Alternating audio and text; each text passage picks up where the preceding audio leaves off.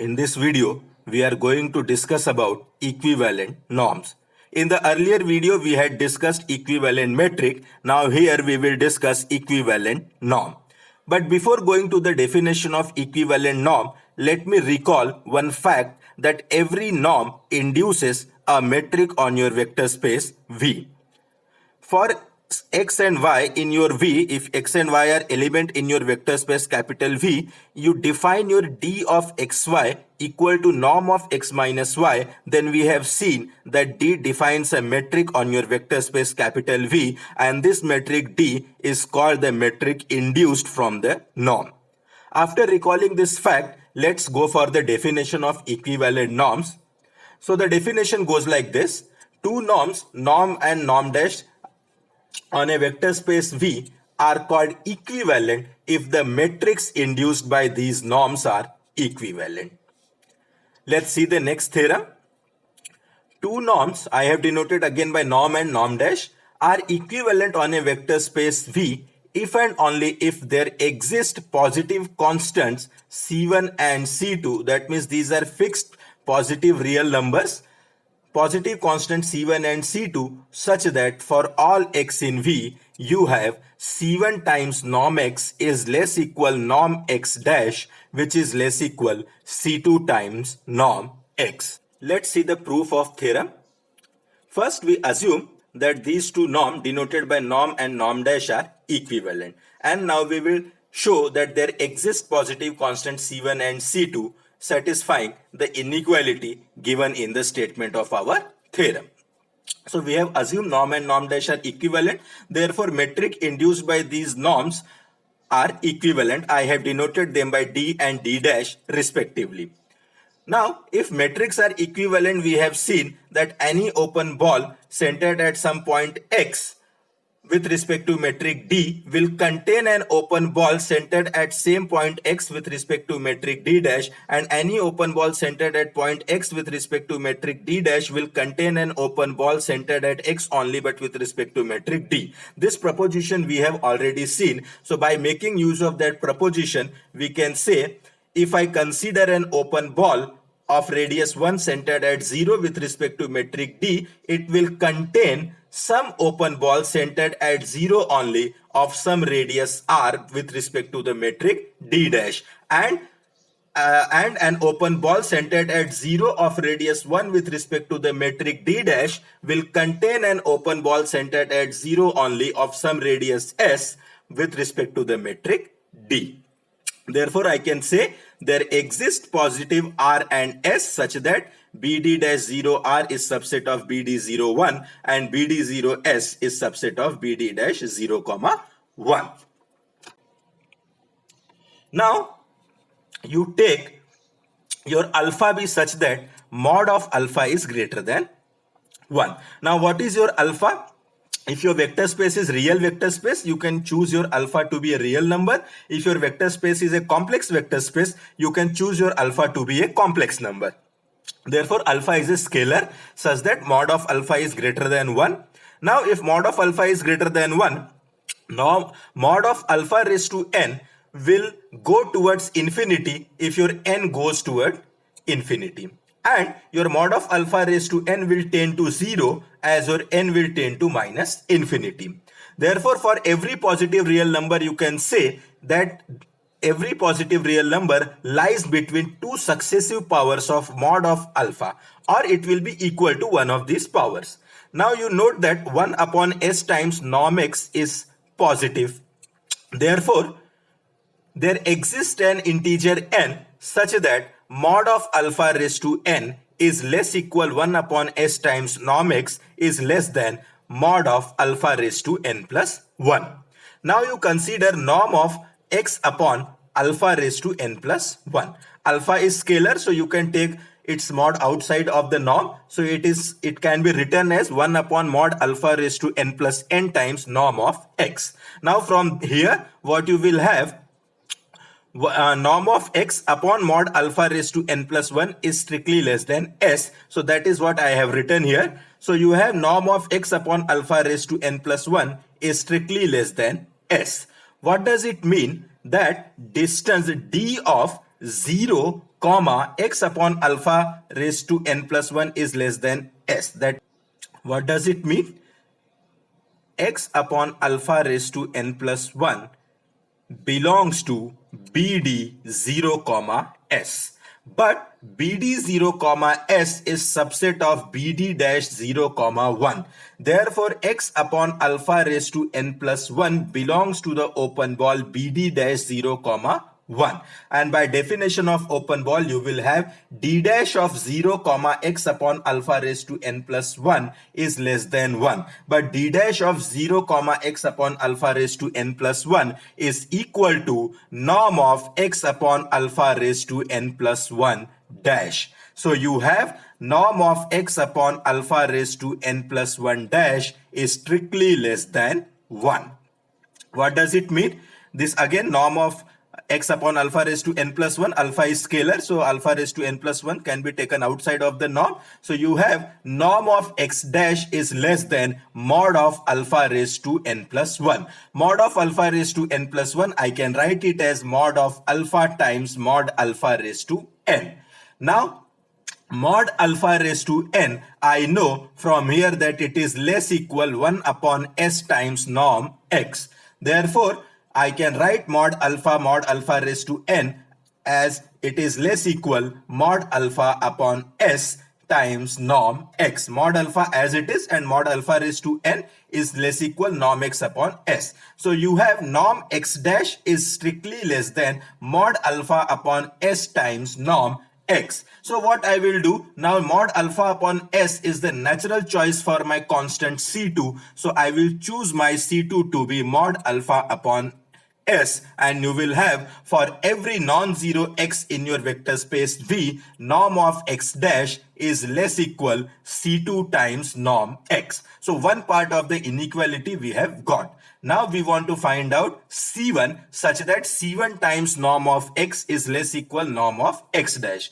Now we will exactly do the same process, only we will switch the role of norm and norm dash. So norm will be treated as norm dash and norm dash will be treated as norm in the previous, means whatever we have done now. So what you are going to get is, you are going to get norm of x is less equal mod alpha upon r times norm of x dash. So r upon mod alpha times norm x is less equal norm x dash. So natural choice for your C1 will be r upon mod alpha. So if you take C1 to be r upon mod alpha, you will have C1 times norm x is less equal norm x dash for all non-zero x in V. Now we have proved for all non-zero x in V this inequality C1 norm x less equal norm x dash less equal C2 norm x. That means we have proved for every non-zero x there exists C1 and C2 satisfying this inequality. Now what will happen for 0? For 0, by definition of norm, we know norm of 0 is equal to norm 0 dash, which will be equal to 0. So the equality hold in this case. So you can say for every x in V, C1 norm x is less equal norm x dash is less equal C2 times norm x. Now we want to prove converse. That means what we want to prove is if there exists positive C1 and C2 such that this inequality given in our statement of theorem, which is C1 norm x less equal norm x dash less equal C2 times norm x, holds for every x in our vector space V, then these two norms denoted by norm and norm dash are equivalent on V. This is what we want to prove. For that, consider an open ball centered at x of radius s with respect to the metric d dash. Now we want to prove that there exists some sigma greater than 0 such that open ball centered at x only of radius sigma with respect to metric d is subset of bd dash x comma s. Now here I have made a guess. I have taken my sigma to be s upon C2. Now I want to prove for this sigma, BD x sigma is subset of BD dash x comma s. So you take an arbitrary y in BD x sigma and we want to prove now this y belong to BD dash x comma s. If y belong to this BD x sigma, you will have d of xy is less than sigma, which is s upon C2. So you have C2 times d of xy is less than S. But what is d of xy? D of xy is norm of x minus y. And from the given condition, we have norm of x minus y dash is less equal c2 times norm of x minus y. Therefore, I can say d dash of xy is less equal c2 times d of xy. But this c2 times d of xy we have got to be less than s. That means you have d dash of x comma y is strictly less than s. That means y belongs to open ball centered at x of radius s with respect to the metric d dash. So you started with an element of bd x sigma and prove it belong to bd dash xs, and that proves that bd x sigma is subset of bd dash x comma s.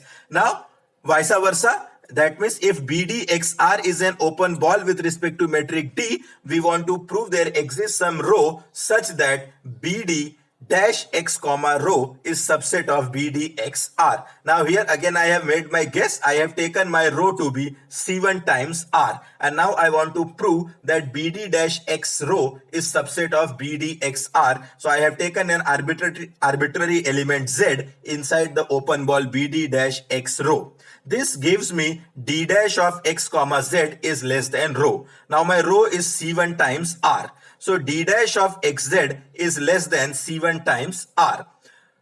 If I shift my c1, I will have 1 upon c1 times d dash of xz is less than r. But from the given condition, what I have is norm of x minus z is less equal 1 upon c1 times norm of x minus z dash. That means I have c1 times norm x less equal norm x dash. From there I am saying I will have c1 times norm x minus z is less equal norm of x minus z dash. That means norm of x minus z is less equal 1 upon c1 times norm of x minus z dash. That means I have d of xz is less equal 1 upon c1 times d dash of xz, but 1 upon c1 times d dash of xz is less than r. So I have d of xz is less than r, and that means that z belongs to the open ball centered at x of radius r with respect to the metric d. And that proves that bd dash x row is subset of bd xr. Hence we can conclude d and d dash are equivalent metric.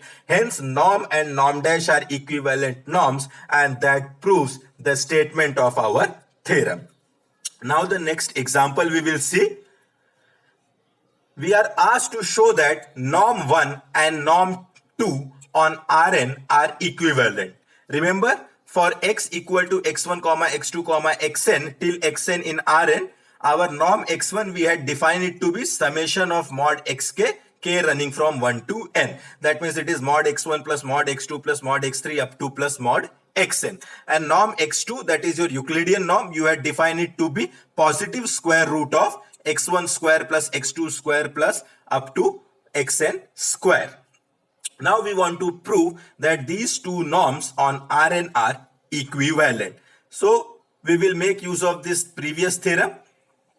You consider norm of x square with respect to the norm 1. So norm x1, its square, it will be equal to mod x1 plus mod x2 plus mod xn whole square. Now here I will make use of the Cauchy-Schwarz inequality to get it is less equal mod x1 square plus mod x2 square plus mod xn square times 1 square plus 1 square plus 1 square, where this addition is n times. Because you can write mod x1 plus mod x2 up to mod xn as 1 into mod x1 plus 1 into mod x2 plus 1 into mod xn, and its total square. And now use the Cauchy-Schwarz inequality. It will give you it is less equal mod x1 square plus mod x2 square up to mod xn square times 1 square plus 1 square up to plus 1 square n times. This 1 plus 1 plus 1 plus n times will give you it is equal to n. So you have norm x1 square is less equal n times norm x2 square,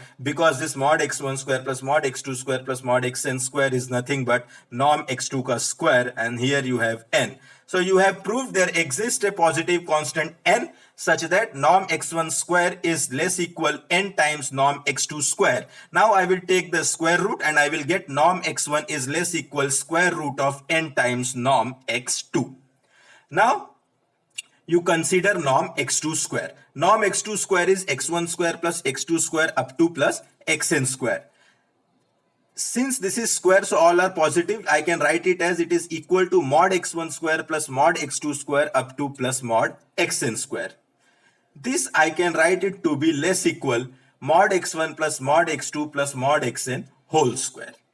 Now this is nothing but your norm of x1 whole square. So you have norm of x2 square is less equal norm x1 square. That means norm x2 whole square is less equal 1 times norm x1 square. And if you take the square root, you will have norm x2 is less equal 1 times norm x1. So finally, if you combine these two inequality, what you will have from here, you had norm x1 square is less equal n times norm x2 square. After taking square root, you got norm x1 is less equal square root of norm n times norm x2. So you will have 1 upon root n times norm xn is norm x1 is less equal norm x2, and from this last inequality you will have norm x2 is less equal 1 times norm x1. So there exists positive constant, namely 1 upon root n and 1, such that this inequality 1 upon root n norm x1 less equal norm x2 less equal 1 times norm x1 holds. Hence you can conclude that norm 1 and norm 2 are equivalent on Rn. The next example asked us to show that norm 2 and norm infinity on Rn are equivalent. So again, consider x equal to x1, x2, xn in Rn. So norm x2 is positive square root of x1 square plus x2 square up to xn square, and norm x infinity is what? Maximum of mod x1, mod x2 and mod xn. Whatever is maximum among them, that is your norm x infinity. Now, without loss of generality, I can assume my norm x infinity to be mod of x1 because one of them will be maximum. So here I am assuming, say, my mod x1 is maximum. Now consider norm x2 square. Norm x2 square is x1 square plus x2 square up to plus xn square. This will be less equal x1 square plus x1 square plus x1 square n times. Why? Because mod of x1 is maximum among all these mod x1, mod x2, mod xn. So x1 square is equal to x1 square, no problem. x2 square will be less equal x1 square, x3 square will be less equal x1 square, xn square will also be less equal x1 square. So you have overall all these terms are less equal x1 square. So norm x2 ka whole square is less equal x1 square plus x1 square up to n times x1 square. This is equal to n times x1 square. But what is x1 is mod x1 is your norm x infinity. So x1 square you can say is your norm x infinity square. So you have norm x2 square is less equal n times norm x infinity square. Taking the square root, you will have norm x2 is less equal square root n times norm x infinity. Now you consider norm x infinity square. Norm x infinity square is equal to x1 square. Now x1 square is less equal x1 square plus x2 square plus xn square, because all these x2, x3, xn square are x2 square, x3 square and xn square are greater equal 0. So x1 square is less equal x1 square plus x2 square up to plus xn square. Now this is what this is, norm x2 whole square. So you have norm x infinity square is less equal norm x2 square. If you take the square root, you will have norm x infinity is less equal norm of x2. Now combining these two inequality, you will have 1 upon root n times norm x2 is less equal norm x infinity, and norm x infinity is less equal 1 times norm x2. So there exists positive constant 1 upon root n and 1 such that this inequality holds. Hence you can say norm 2 and norm infinity on Rn are equivalent. The next example asked us to show that norm 1 and norm infinity on Rn are equivalent. In fact, we have proved that norm 1 is equivalent to norm 2 here, and then in next example we proved norm 2 is equivalent to norm infinity. So we can, from there also we can say that norm 1 and norm infinity are equivalent. But I will prove here explicitly how means norm 1 and norm infinity are equivalent. So you take x equal to x1, x2, xn as usual in Rn. So norm x1 is mod x1 plus mod x2 up to mod plus mod xn. And norm x infinity is maximum of mod x1, mod x2, comma mod xn. As previous, you assume that norm x infinity is mod of x1. Now consider norm x1 square, which is mod x1 plus mod x2 plus mod xn the whole square. Now mod x1 is less equal mod x1 is in fact equal to mod x1. Mod x2 is less equal mod x1 because mod x1 is the maximum among mod x1, mod x2, mod xn. So all of these mod x2, mod x3, mod xn will be less equal mod x1, mod x1. So I can say this summation mod x1 plus mod x2 plus mod xn is less equal mod x1 plus mod x1 plus mod x1 n times. That means it is n times mod x1 the whole square. I can write it as it is less equal n square times mod x1 the whole square. And but mod x1 the whole square is norm of x infinity square. So I have a norm of x1 square is less equal n square times norm x infinity square. And hence if you take the square root, you will have norm x1 is less equal n times norm x infinity. Now you consider norm x infinity square. Norm x infinity square is mod x1 square. Mod x1 square, I can write it as mod x, it is less equal mod x1 square plus mod x2 square up to mod xn square, because all these mod x2 x square, mod xn square all are greater equal 0. So I can write mod x1 square is less equal mod x1 square plus mod x2 square up to plus mod xn square. But this addition is equal to norm of x1 square. So you have norm x infinity square is less equal norm x1 square. Again, you combine these two inequality, you will have 1 upon n times norm x1. From here you can see you had norm x1 is less equal n times norm x infinity. So 1 upon n times norm x1 is less equal norm x infinity. So you have 1 upon n times norm x1 is less equal norm x infinity, which is less equal 1.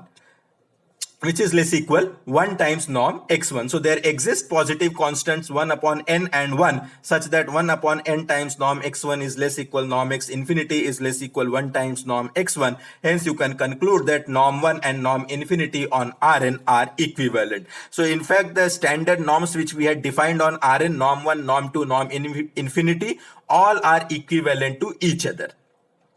Now few remarks I have given. In these previous three examples, we have proved that norm 1, norm 2, norm infinity are equivalent on Rn. That means the metric induced by these norms are also equivalent on Rn. So metric induced by them, we had denoted them by d1, d2 and d infinity. Therefore, you can say that these metric d1, d2, d infinity on Rn are equivalent to each other. Second, we have proved that norm x infinity is less equal norm x2 is less equal norm x1. Hence you can conclude that d infinity of xy, which will be norm of x minus y. So norm x minus y with respect to norm infinity less equal norm x minus y with respect to norm 2 less equal norm x minus y with respect to norm 1. So you have d infinity of xy less equal d2 of xy, and it is less equal d1 of xy. So this one observation we had earlier also made in our very starting videos. So for every x and y, d infinity of xy is always less equal d2 of xy, and d2 of xy is always less equal d1 of xy. From here we can conclude that. Now the third thing, open unit ball, we will discuss something about open unit ball. If you consider open unit ball with respect to metric d1, it is set of all those x in Rn such that norm x1 is less than 1, and d201, that means set of all x whose norm x2 is less than 1, and b d infinity 01, that means set of all x such that norm x infinity is less than 1.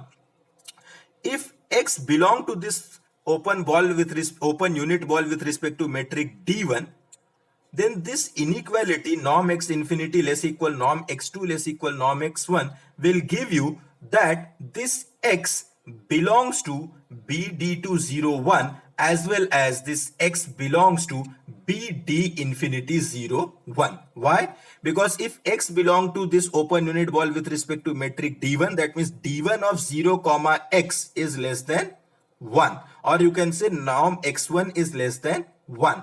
If norm x1 is less than 1, you have norm x2 is less than norm x1. So norm x2 will also be less than 1. Therefore, x will belong to the open balls with open unit ball with respect to the metric d2 also, and norm x infinity is also less than norm x1, and norm x1 is less than 1. That means norm x infinity is also less than 1. That will imply that x belongs to the open unit ball with respect to the metric d infinity.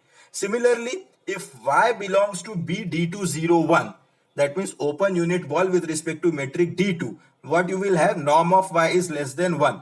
Now norm of y suffix 2 is less than 1, and norm if y infinity is less than norm y2, therefore norm y infinity will also be less than 1, and that will mean that if your y belongs to bd201, your y will also belong to bd infinity 0 1. So what you have open unit ball with respect to metric D1 is subset of open unit ball with respect to metric D2, and it is subset of open unit ball with respect to metric D infinity. In R2, I have given you the figure. You can see that this square that was means dotted, I have shown the boundary by dotted, so that dotted square denotes BD infinity 0 1. This circle denotes BD201, and this rhombus denotes BD101. You can see that rhombus is subset of circle, circle is subset of square. So BD101 subset of BD201 is subset of BD infinity 01.